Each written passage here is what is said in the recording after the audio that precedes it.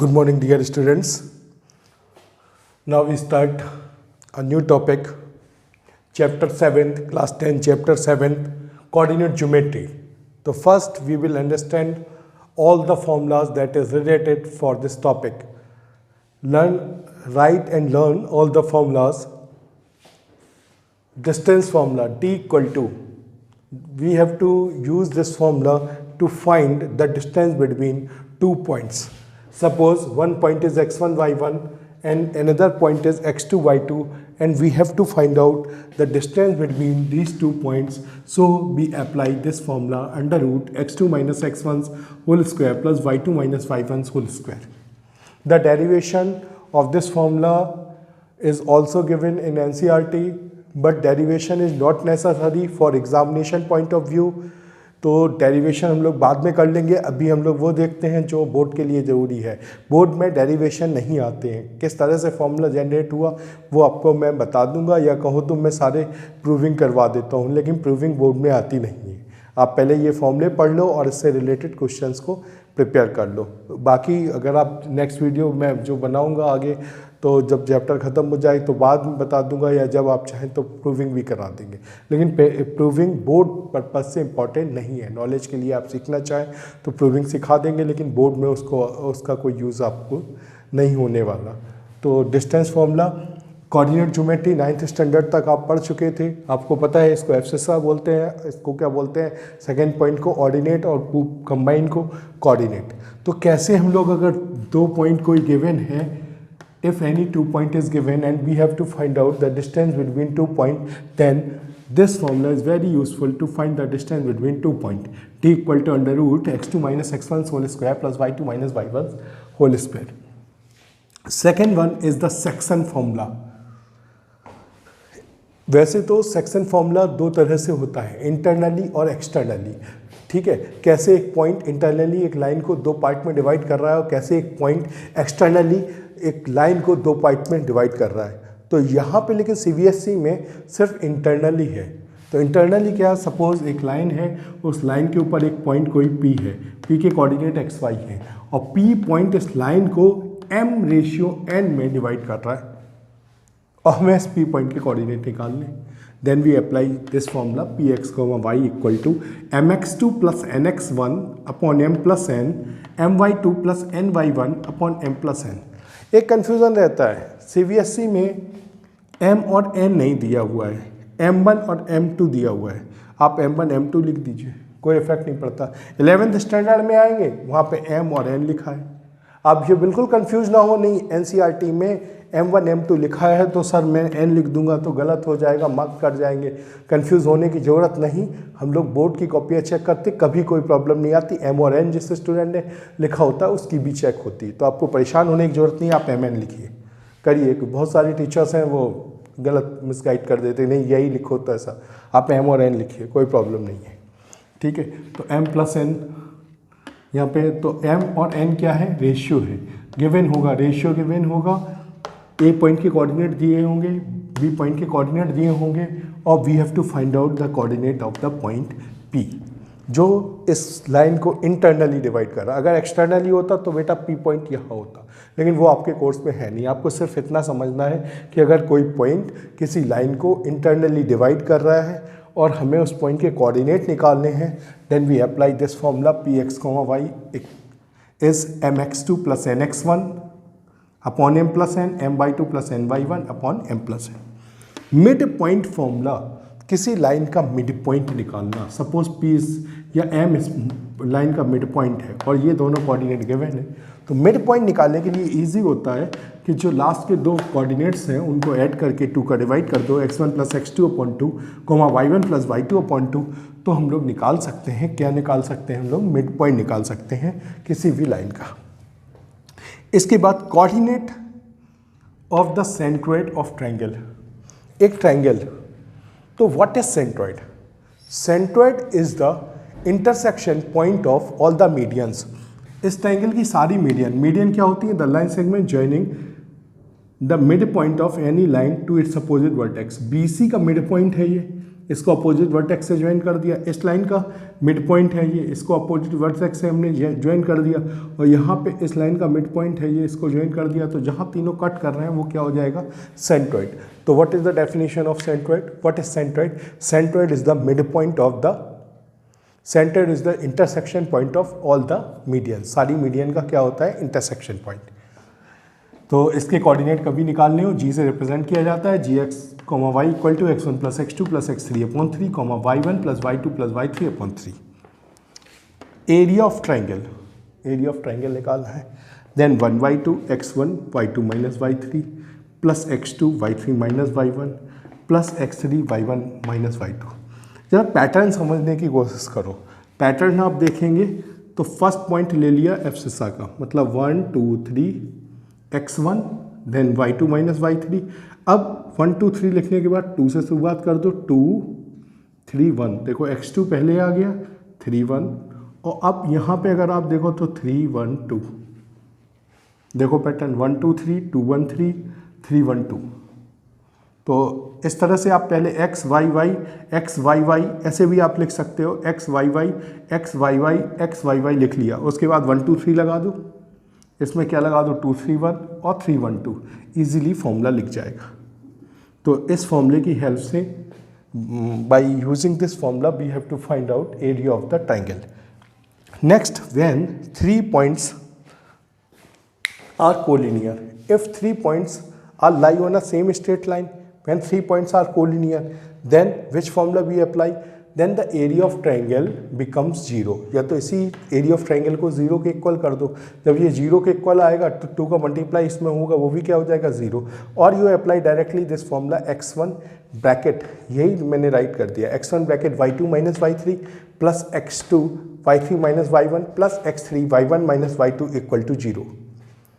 Seventh formula, area of quadrilateral equal to 1/2 x1 y2 minus y4 plus x2 y3 minus y1 plus x3 y4 minus y2 plus x4 y1 minus y3। This is the quadrilateral and these are the 4 vertices. If we find out the area, we directly apply this formula। ये NCERT में तुम्हें आपको formula नहीं मिलेगा, NCERT में नहीं लिखा, लेकिन आप लगा देंगे तो आपका चेक होगा, मार्क्स मिलेंगे। NCERT में उन्होंने क्या किया है कि क्वाड्रिलेटरल को 2 ट्राइंगल्स में डिवाइड कर दिया। इस ट्राइंगल का एरिया निकाल लिया, ट्राइंगल ABC का एरिया एंड ट्राइंगल BDC का एरिया, दोनों के एरिया को क्या कर दिया, ऐड। जब ऐड करने से भी आंसर आ जाएगा, और एक जो डायरेक्ट मैंने फॉर्मूला आपको बताया है ये, तो इस फॉर्मूले का भी आप यूज़ कर सकते हैं। इस फॉर्मूले की हेल्प से भी area of quadrilateral find out कर सकते हैं। तो अब इन फॉर्मूलों की हेल्प से इन 7 फॉर्मूलों को अच्छे से राइट कर लीजिए, लर्न कर लीजिए, देन एक्सरसाइज स्टार्ट करिए। और फिर एक्सरसाइज हम लोग करेंगे, उस एक्सरसाइज में प्रैक्टिस करेंगे और सारी चीज़ें कर लेंगे। तो इसके बाद मैं अभी प्रैक्टिस कराता हूँ आप लोगों को।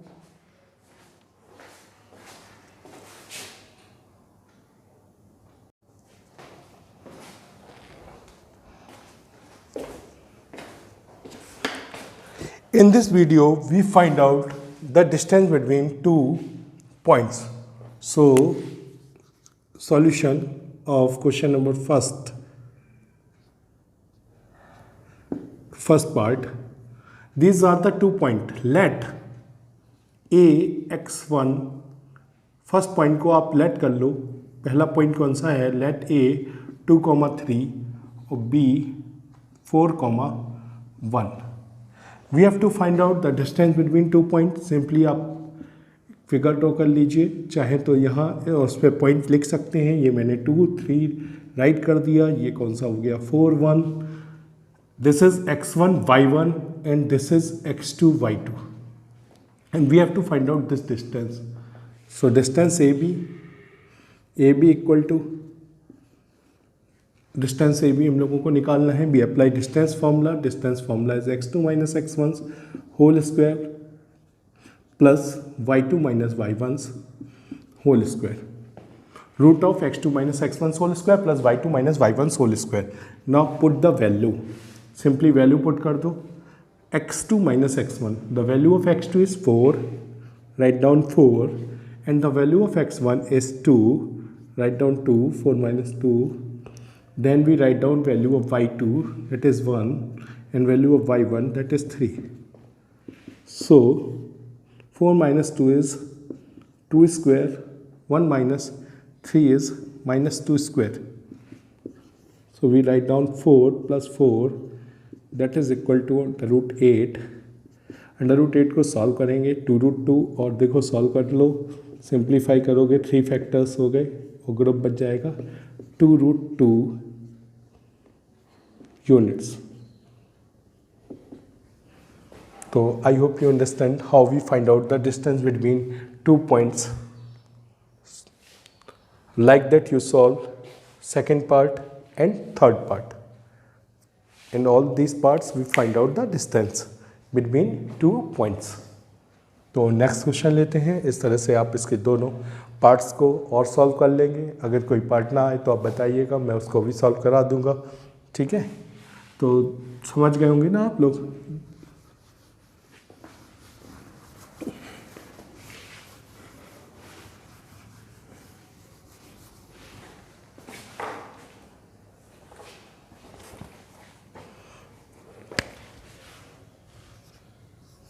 एनसीईआरटी के सेकेंड क्वेश्चन में कहा गया find the distance between the points 0,0 and 36,15. तो 0,0 और 36,15 की डिस्टेंस निकालनी है. Suppose this point is A 0,0 and B point is 36,15. तो we find out the distance. So we apply distance formula. We apply here x2 minus x1 whole square plus y2 minus y1 whole square.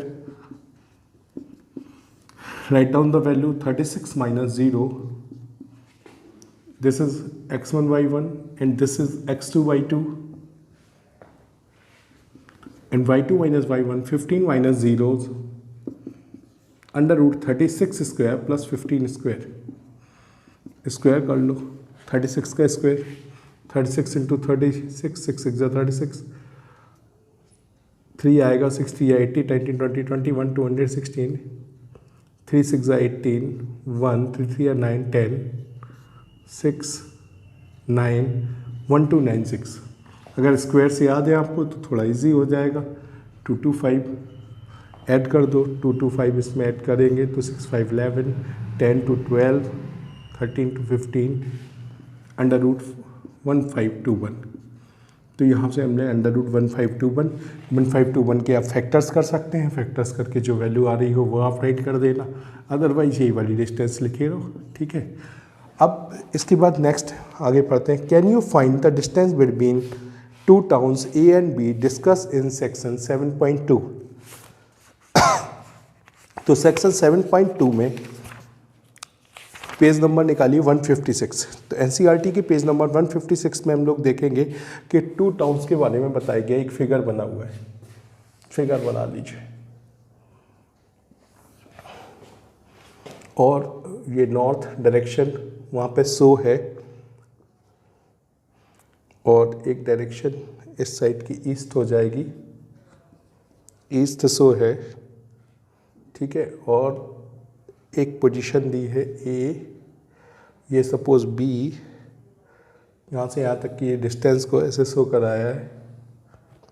Figure बना हुआ है, आप figure देख लीजिए. 36 kilometre और 15 kilometre. तो by using this figure we find out the distance between 2 point. So we apply here Pythagoras theorem. कौन सी थ्योरम लगा देंगे? By Pythagoras theorem.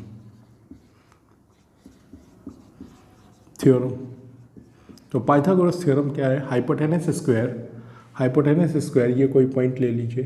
Hypotenuse square A B square equal to A P square plus B P square. तो A B square equal to A P की value अगर आप देखो तो 36 स्क्वायर प्लस 15 स्क्वायर. तो ए बी इक्वल टू वही हो जाएगा 1296 plus 225. A B square equal to 1521 और A B equal to root 1521. तो एक डिस्टेंस फॉर्मूले से भी हम लोगों ने फाइंड आउट किया, और इसमें एक चीज़ और बताई गई थी वो फाइंड आउट कर दिया. बस आपको इतना ही करना है इस क्वेश्चन में. नेक्स्ट क्वेश्चन है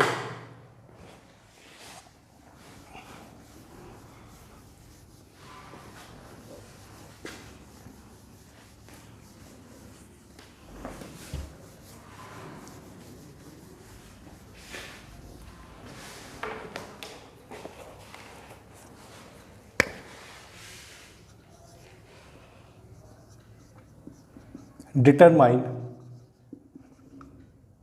if the points 1,5, 2,3 and -2, -11 are collinear. वैसे तो कोलीनियर के लिए वो फॉर्मूला भी है, लेकिन फर्स्ट एक्सरसाइज के क्वेश्चन करते समय आपको अभी फॉर्मूला वो यूज़ नहीं करना है। हाँ, बोर्ड एग्जाम में आता है तब आप लोग अप्लाई कर सकते हैं, तब कोई प्रॉब्लम नहीं है, लेकिन यहाँ हम लोग डिस्टेंस फॉर्मूले की हेल्प से ये प्रूफ करेंगे कि ये तीनों पॉइंट कोलीनियर है या नहीं है। तो सपोज मैंने इन तीनों पॉइंटों को एक लाइन में ले लिया, ए बी सी। ए के कोऑर्डिनेट को राइट कर लिया 1, 5, बी के कोऑर्डिनेट को 2, 3 और सी के कोऑर्डिनेट को राइट कर लिया -2, -11। ठीक है, तो इसके बाद मैं क्या करने वाला हूँ, मैं डिस्टेंस निकालूंगा। You find out the distance A B. तो ए बी की डिस्टेंस, इसको x1 y1 ले लो, क्या हो जाएगी 2 - 1, 3 - 5, 3 - 5 स्क्वायर, 1 स्क्वायर, 3 - 5 करोगे तो -2 square, 1 + 4 √5। After that we find out the distance between 2 point BC। तो BC की डिस्टेंस फाइंड आउट कर लो, -2 square, -11 - 3 square, -4 whole square, 11 - 3 -14 whole square. This is 16, 14 जब 196,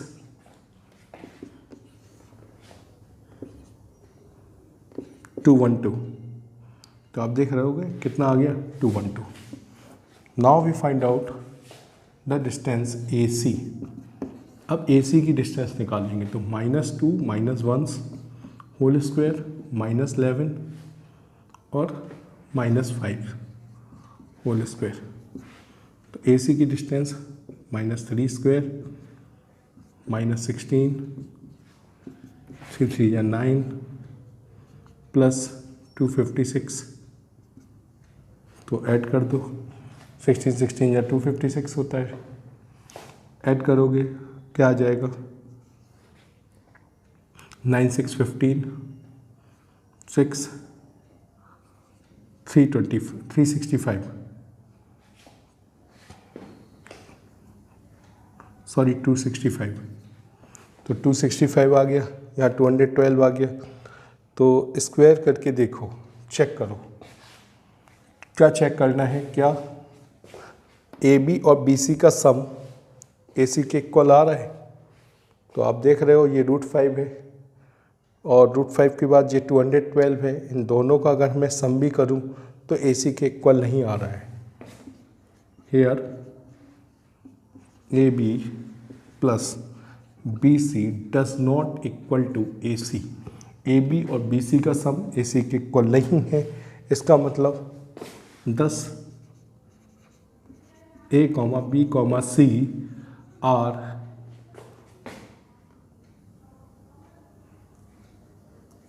नॉट कोलीनियर, इसलिए ABC पॉइंट कोलीनियर नहीं है। अगर कोलीनियर होते तो AB प्लस BC का सम किसके इक्वल आता, AC के इक्वल। ठीक है, तो डिस्टेंस फॉर्मूले से इस तरह से हम लोग डिस्टेंस निकाल के ये डिस्टेंस AB, ये डिस्टेंस BC और फिर दोनों डिस्टेंसों को ऐड कर दें। तो इन दोनों डिस्टेंसों का सम कौन सी डिस्टेंस के इक्वल होना चाहिए था, AC के इक्वल। जो AC के इक्वल नहीं है, अगर AC के इक्वल नहीं है तो पॉइंट्स कोलीनियर नहीं है। नेक्स्ट क्वेश्चन,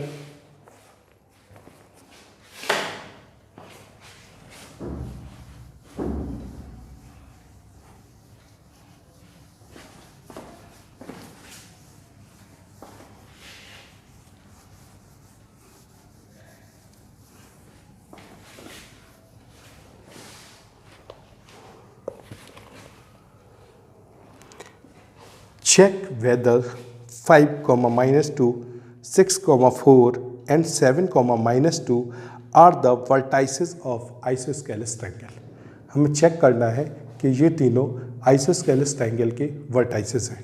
तो आप सभी आइसोस्केलेस ट्रायंगल से इंट्रोड्यूस होते होंगे, पहले से ही है कि a triangle having any two sides are equal is called isosceles triangle. तो एक आइसोस्केलेस ट्रायंगल को प्रूफ करते हैं, देखते हैं, चेक करते हैं। सपोज मैंने एक ट्रायंगल बना लिया यहाँ पे, let A B C is a isosceles triangle. The vertices of that triangle is 5, -2, then 6, 4 and 7, -2. तो लेट A 5, -2, B 6, 4 और C 7, -2 are the vertices of isosceles triangle। तो डिस्टेंस फॉर्मूले से हम लोग इसको सॉल्व करेंगे। We find out the distance.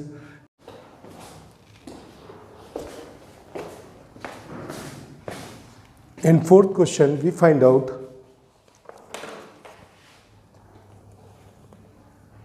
check whether 5, -2, 6, 4, 7, -2 are the vertices of isosceles triangle. So let these are the vertices of isosceles triangle. Then we find out the distance AB. तो हम लोग A से B तक की distance find out कर लेंगे। This point is x1. Consider this point is x1, y1. This point x2, y2. So we write x2 minus x1, that is 6 minus 5 whole square, plus y2 minus y1, 4 minus 2, that is equal to 4 plus 2 square. So 6 minus 5, 1 square, 4 plus 2, 6 square, 1 square 1, 36, that is equal to root 37. Then we find out BC, distance between 2 points BC.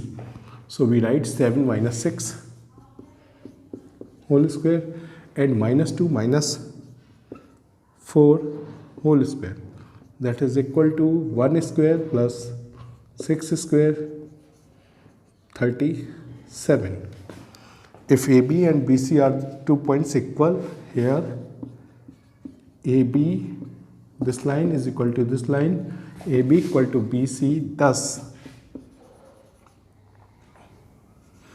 ABC is an isosceles